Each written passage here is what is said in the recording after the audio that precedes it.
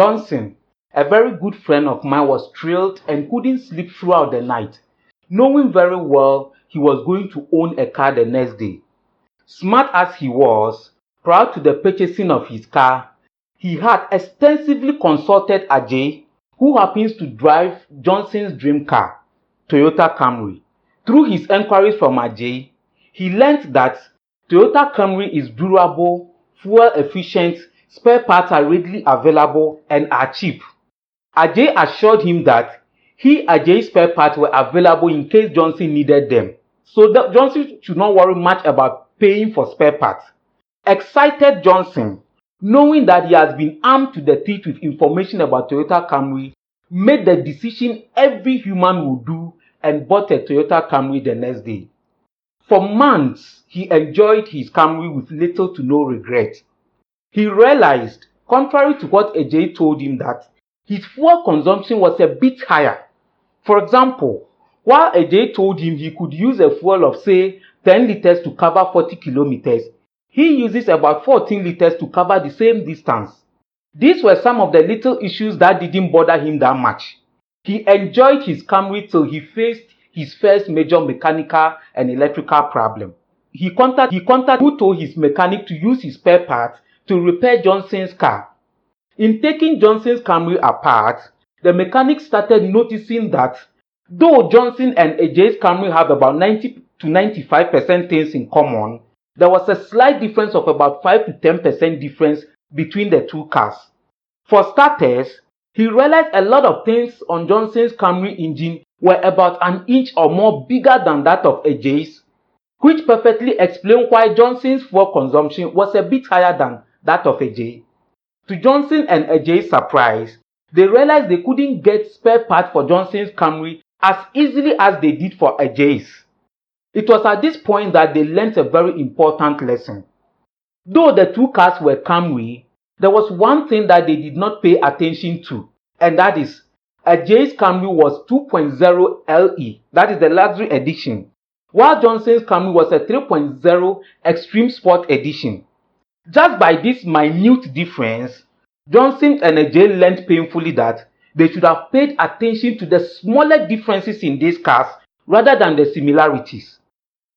Today, we are advised to marry or get into relationships if we have certain things in common.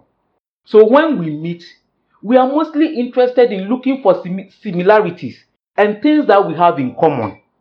Yet, no relationship has ended because the two people had things in common. All relationships and marriages end because of our differences. I beg to differ.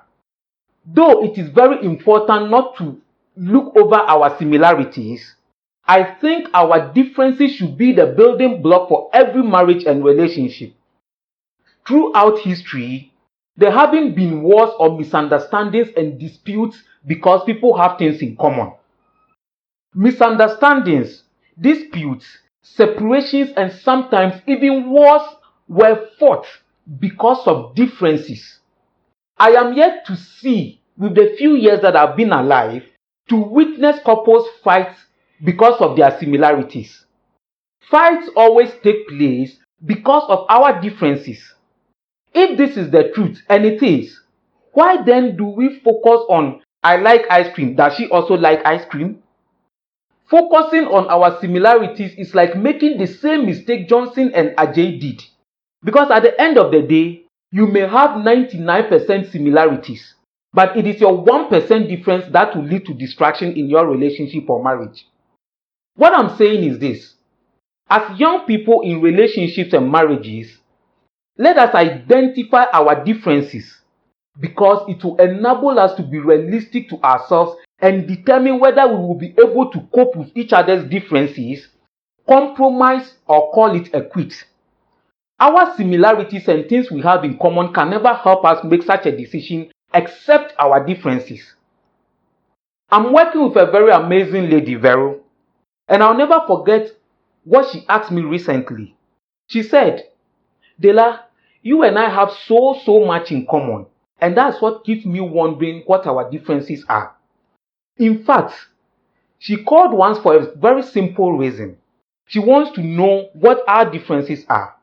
This philosophical lady knows so well that for whatever project we are doing, it is not our similarities or what we have in common that will be the problem. Rather, it is our differences, whether 0.1% or 0.001%, that is going to cause the problem. Wherever you find yourself, whether relationship, marriage, business, church, family, or wherever, keep in mind that it is not your similarities or the things you have in common that will cause havoc and breakups, misunderstandings, or betrayals. Rather, it is your differences that will, no matter how small they are. This is why we all need to understand that the foundation stone of every human relationship is our differences. If we are able to work through our differences, then there's nothing to worry about.